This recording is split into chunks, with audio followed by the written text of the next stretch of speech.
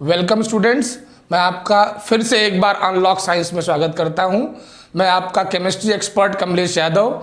आज हम अपने प्रॉमिस के अनुसार आपके पास क्लास 9th का चैप्टर 1 लेकर उपस्थित हैं। बच्चों, आप सभी को पता है कि हमारा जो चैप्टर 1 है that is matter in our surroundings. अगर हम इस चैप्टर को देखें, क्यों इसको हमें टाइटल देना पड़ा मैटर इन आवर सराउंडिंग, इस टाइटल का क्या सिग्निफिकेंस है, पहले वहीं से शुरू करते हैं। तो अगर हम देखें तो यहां पर एक वर्ड है मैटर और दूसरा मेन वर्ड है सराउंडिंग्स। सराउंडिंग्स आप समझते हैं, जो हमारे आसपास चारों तरफ जो चीजें मौजूद हैं वो हमारी सराउंडिंग्स कहलाती हैं। जैसे मेरे आसपास जितनी भी चीजें हैं ये सब मेरी सराउंडिंग्स हैं, और मेरी सराउंडिंग्स में बहुत सी चीजें हैं मेरे आसपास। अगर मैं उदाहरण देखूं तो अभी आपको मेरे हाथ में ये एक मार्कर दिख रहा है, ये मार्कर भी मैटर है। तो हमारे आसपास हमारी सराउंडिंग्स में जितनी भी चीजें हैं, all the things which are present around us in our surroundings, we call them as matter. Why we are calling them matter, उनको हम मैटर क्यों कहते हैं, why this particular word matter is given to them. ये जो matter की definition है, इससे हमको पता चलता है कि क्यों हम अपने सराउंडिंग में मौजूद आसपास ऑब्जेक्ट्स को, सब्सटेंसेस को मैटर बोलते हैं। जरा एक डिफाइन करें तो when we define matter, anything which occupy space and has mass and can be perceived by our sense organs is known as matter. बच्चों, हमारे आसपास कोई भी ऐसी चीज जो थोड़ा स्थान घेरती हो, थोड़ा स्पेस ऑक्युपाई करती हो, जिसमें एक डेफिनेट मास हो, और सबसे इंपॉर्टेंट बात, जिसकी एग्जिस्टेंस को हम अपने 5 सेंस ऑर्गन से परसीव कर सकते हो, यानी कि उसकी एग्जिस्टेंस को हम सिद्ध कर सकते हो। तो जैसे अगर हम देखें तो हमारे आसपास कौन कौन से मैटर हैं, कैसे मैटर हैं, कैसे हम उनको कहें कि मैटर हैं। मैं एग्जांपल इस मार्कर से ही दूंगा आपको। ये मार्कर एक मैटर है। क्यों ये मैटर है? क्योंकि आप देख रहे हो कि ये एक स्पेस ऑक्युपाई कर रहा है, और अगर हम इसका वेट करेंगे तो we will get the mass, इसका मास हमें मिल जाएगा, और मैं देख कर कह सकता हूं कि हाँ ये एक मार्कर है। मैं अपने सेंस ऑफ साइट से ये बता पा रहा हूं कि ये मार्कर एग्जिस्ट करता है। बच्चों, अगर मैं आपसे अभी कहूं कि मुझे यहां पर एक गोल गोल बलून दिखाई पड़ रहा है ऊपर, तो आप लोग हंसेंगे कि सर ये क्या बोल रहे हैं, ऐसा तो कुछ नहीं दिख रहा है। यानी कि जब तक हम किसी मैटर को प्रूफ ना कर पाए, जब तक उसको परसीव ना कर दें अपने सेंस ऑर्गन से, हम उसको मैटर नहीं कह सकते। अब हम कुछ ऐसे मैटर आपके सामने लाएंगे जिनको हम रोज देखते हैं, और देखते हैं कि उन मैटर में डिफरेंस क्या है। जैसे मैं आपके साथ अभी डिस्कस करूंगा, ये हम देख रहे हैं एक डस्टर है। फिर मैं आपको एक ग्लास दिखा रहा हूं, जिस ग्लास के अंदर एक वाटर भरा हुआ है। फिर अब आप देख सकते हो कि इनमें एक डिफरेंस है। क्या डिफरेंस है?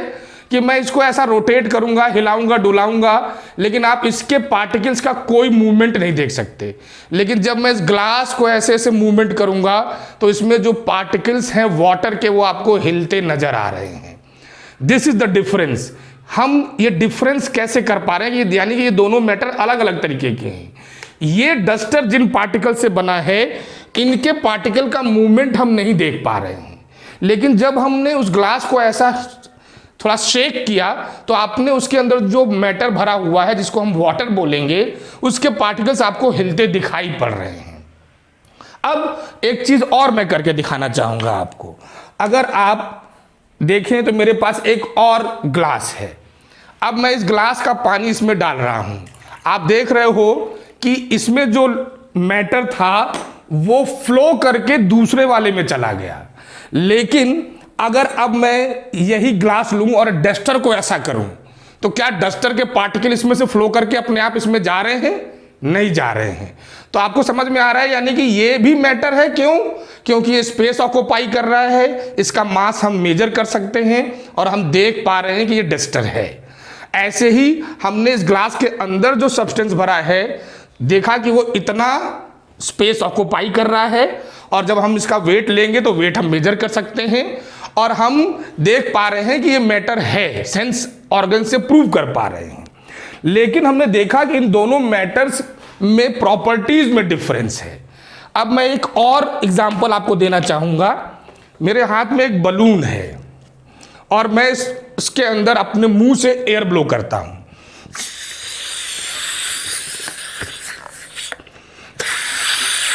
आप देख रहे हो कि इसके अंदर हवा भरी, अब अगर छोड़ दिया तो अपने आप निकल गया।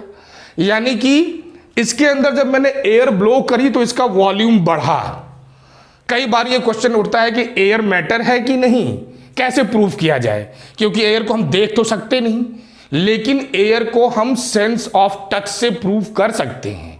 जब मैंने इसमें एयर फिल किया तो हमने देखा कि इस बलून का वॉल्यूम बढ़ा, और जब मैंने छोड़ दिया तो आपने देखा कि अपने आप उसमें से एयर निकल गई।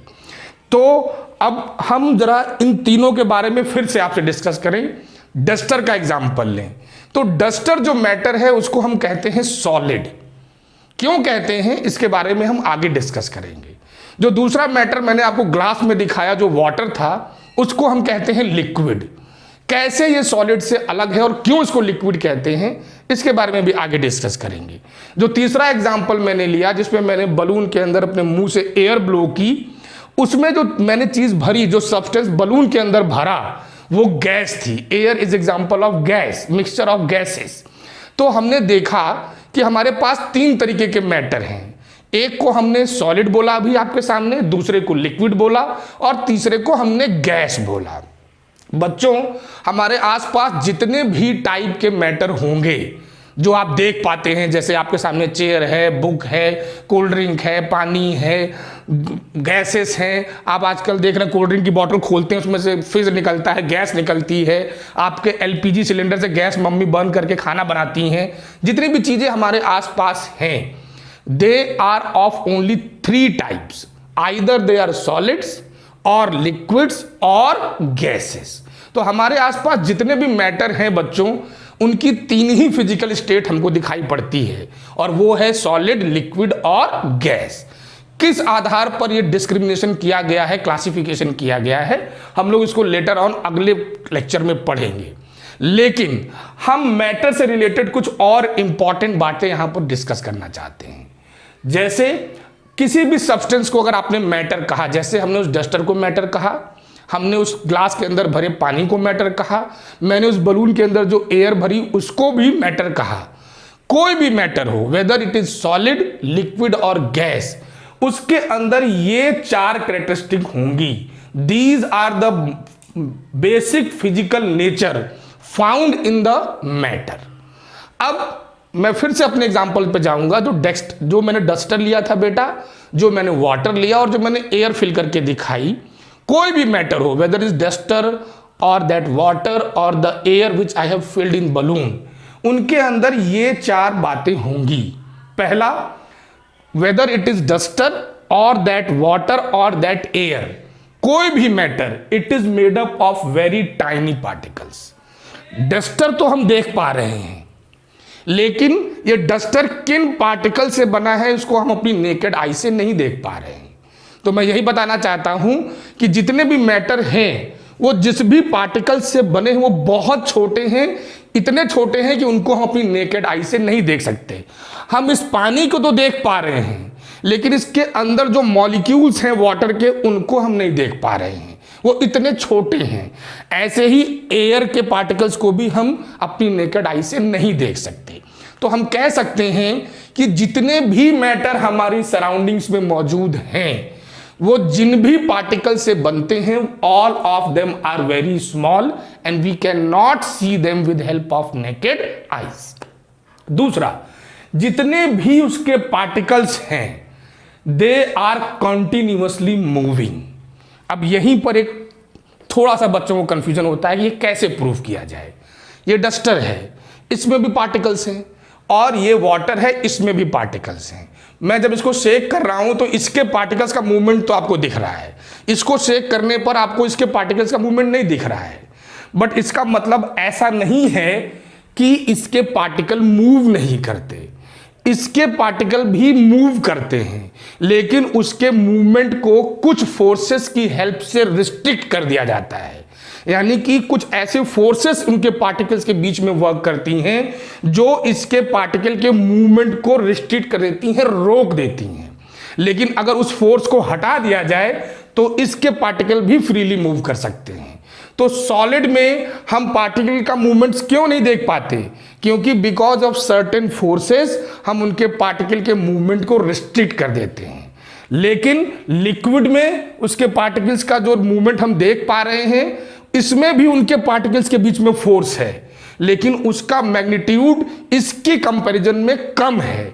इसलिए इनके पार्टिकल कुछ सर्टेन लेवल तक हमको मूवमेंट करते हुए दिखाई देते हैं। लेकिन हम जब इस बलून की बात कर रहे हैं, आप जरा इसको ध्यान से देखिए,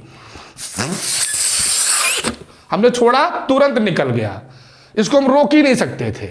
इसके पार्टिकल्स फ्रीली मूव कर रहे हैं, इस पे हमारा बस नहीं है। हम चाहें कि हम भर के छोड़ दें और हवा अपने आप से ना निकले इसमें से, इम्पॉसिबल। क्यों?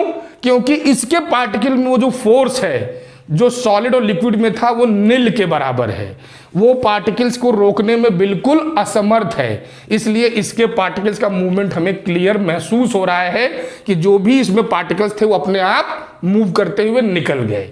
तो बेसिक पॉइंट क्या समझना है कि कोई भी मैटर हो, whether it is solid, liquid और गैस, बेटा उसके पार्टिकल्स कंटिन्यूअसली मूव करते हैं।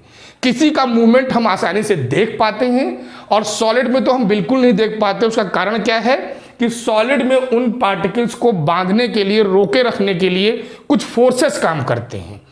उन फोर्सेस को ही हम कहते हैं इंटर पार्टिकल फोर्स। तो मैंने देखिए फोर्थ पॉइंट यहां लिखा है, particles of matter attract each other. अगर वो अट्रैक्शन बहुत स्ट्रांग है, जैसे मान लीजिए ये दो पार्टिकल्स हैं और ये दोनों एक दूसरे को स्ट्रांगली अट्रैक्ट कर रहे हैं, तो अब इसका मूवमेंट हम कहीं भी घुमाएंगे तो नहीं दिखाई पड़ेगा।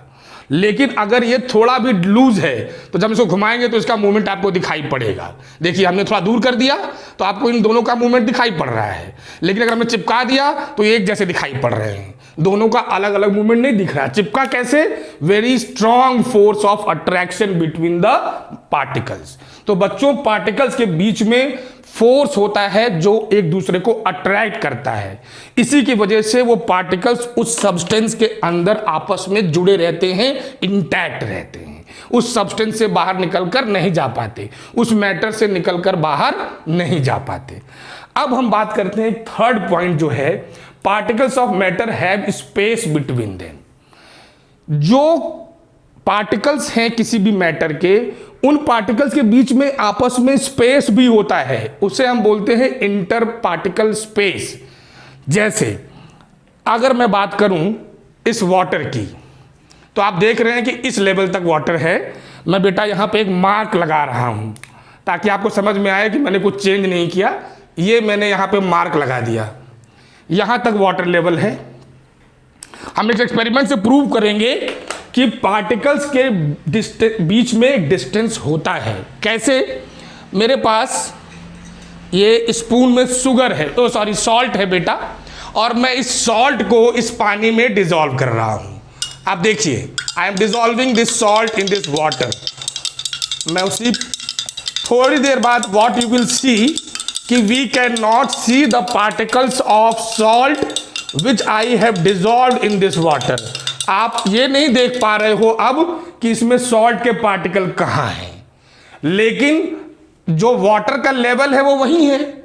भाई अगर हमने दो सब्सटेंस को मिलाया तो ये लेवल वाटर का बढ़ना चाहिए था, लेकिन हम क्या देख पा रहे हैं कि वाटर लेवल में कोई चेंज नहीं है, लेकिन सॉल्ट के पार्टिकल भी डिसअपियर हो गए बेटा। इस डिसअपियर होने से क्या प्रूफ हुआ कि पानी के जो वाटर के मॉलिक्यूल थे उनके बीच में कहीं कहीं स्पेस था, और उसी स्पेस में क्या जाके भर गया है? NaCl। ये जो हमने नमक इसमें डिसॉल्व किया, सॉल्ट के पार्टिकल पानी के पार्टिकल्स के बीच में जो डिस्टेंस था उसी में डिसॉल्व हो गए, इसलिए इस वाटर का लेवल इंक्रीज नहीं हुआ। तो मैंने आपको यह भी प्रूव करके दिखाया कि सब्सटेंस जो होते हैं, जो मैटर होते हैं, उनके पार्टिकल्स के बीच में डिस्टेंस होता है, जिसे हम इंटर पार्टिकल डिस्टेंस या इंटर मॉलिक्यूलर डिस्टेंस भी कहते हैं। बच्चों, ये जो पॉइंट है कि पार्टिकल्स आर कॉन्टिन्यूअसली मूविंग, इसको भी मैं एक और एक्सपेरिमेंट से आपको दिखाने की कोशिश करता हूं। आपको प्रूफ हो जाएगा कि ये पार्टिकल्स कैसे मूव करते हैं। मेरे हाथ में ये वाटर है फुल ग्लास और मेरे पास ये इंक है। अब मैं इस सब्सटेंस के पार्टिकल को, ये जो इंक मैटर है, इसको इस पानी में डाल रहा हूं। आप देखिए, और आप देख रहे होंगे कि ये इंक के पार्टिकल्स देखिए नीचे, ये देखिए नीचे, देख रहे हैं आप, मूव कर रहे हैं। आपको पार्टिकल्स मूव करते हुए दिखाई दे रहे हैं। फिर से देखिए, वो देखिए नीचे, वो सारे इंक के पार्टिकल मूव कर रहे हैं। तो दिस यू कैन सी कि how the particles are moving. और देखिए थोड़ी देर बाद आप देखोगे, अगर मैं इसको मिक्स करूं तो आप देख सकते हो कि इसके अंदर कलर आ जाएगा। मैं इसको डिसॉल्व कर रहा हूं तो इंक का कलर इस वाटर में डिसॉल्व हो रहा है। कैसे डिसॉल्व हो रहा है? जो वाटर के पार्टिकल्स के बीच में स्पेस है, उसमें इंक के पार्टिकल्स जा रहे हैं और उसी की वजह से इसका कलर हल्का सा लाइट ब्लू होना शुरू हो गया है। तो इससे ये प्रूफ होता है कि पार्टिकल्स जो भी मैटर में होते हैं, दे कॉन्टिन्यूअसली मूव। तो मैं एक बार आपको पूरा ये कंपाइल करके बताता हूं।